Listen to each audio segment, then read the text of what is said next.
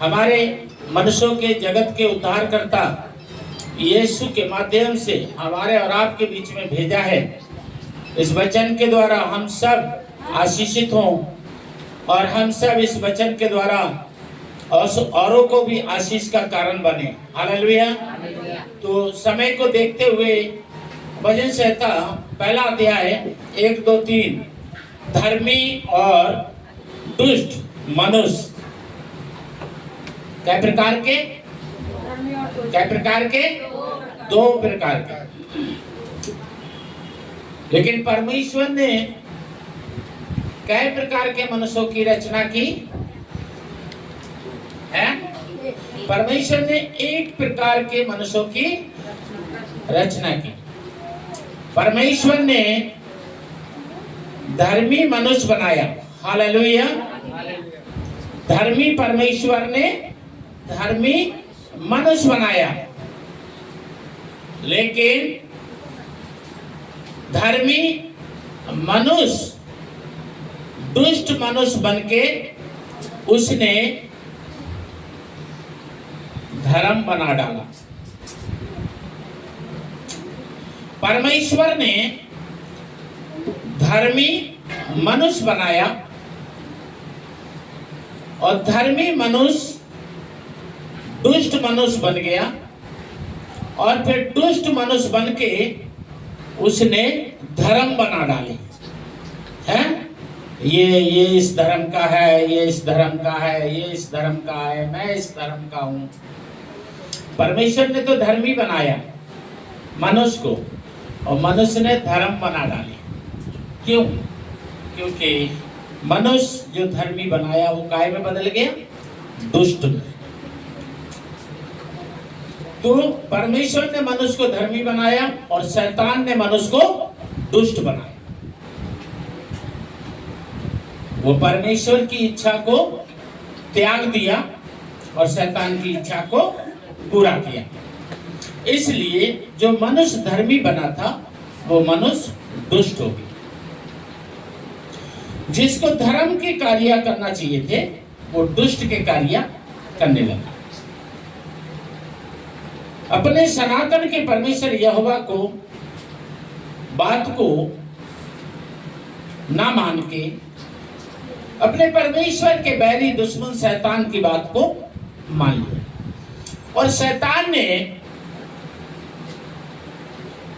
मनुष्य को परमेश्वर से और परमेश्वर को मनुष्य से अलग कर दिया। ना तो परमेश्वर तो मनुष्य के साथ मुलाकात करता था। हालेलुया। हर दिन मनुष्य और परमेश्वर आपस में मिलते थे, हर दिन मिलते थे। लेकिन क्या हुआ? शैतान ने ऐसी गेम खेली कि परमेश्वर और मनुष्य के बीच में रिश्ता खराब होने के कारण दूरियां बन गई। हालेलुया। दूरियां बन गई, और जब दूरियां बन गई तब परमेश्वर ने अपने पुत्र यीशु के द्वारा वो दूरियों को मिटाने के लिए, फिर से उस नजदीकी को वापस लाने के लिए शिक्षा दी। ये वही शिक्षा है। तो यहाँ पहली आयत में लिखा है, क्या ही धन्य है वह पुरुष जो दुष्टों की युक्ति पर नहीं चलता।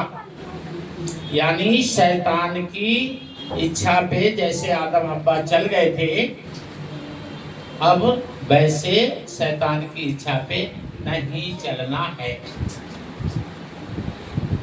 यीशु मसीह किस लिए आए? इसीलिए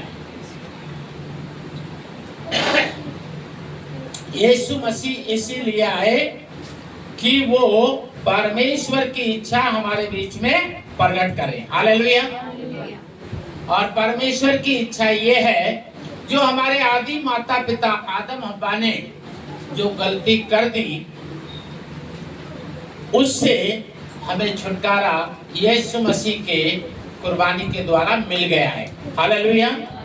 यीशु मसीह की कुर्बानी के द्वारा हमें मिल गया है, तो हम दोबारा वो गलती ना करें। यानी हम दुष्ट कार्य ना करें, ना तो शैतान की संगति करें और ना शैतान की इच्छा पे काम करें।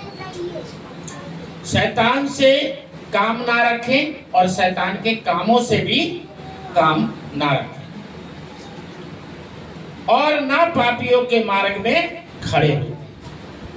ठीक है, तो पाप की जड़ कौन है? शैतान। मृत्यु की जड़ कौन है? शैतान। नरक की जड़ कौन है? शैतान।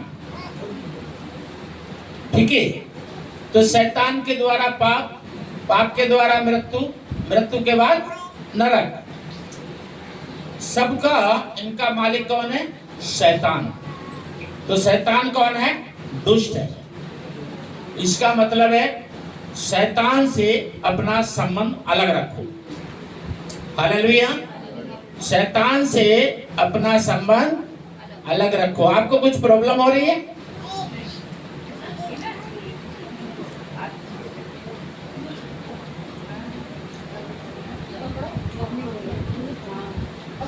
इधर ले आओ।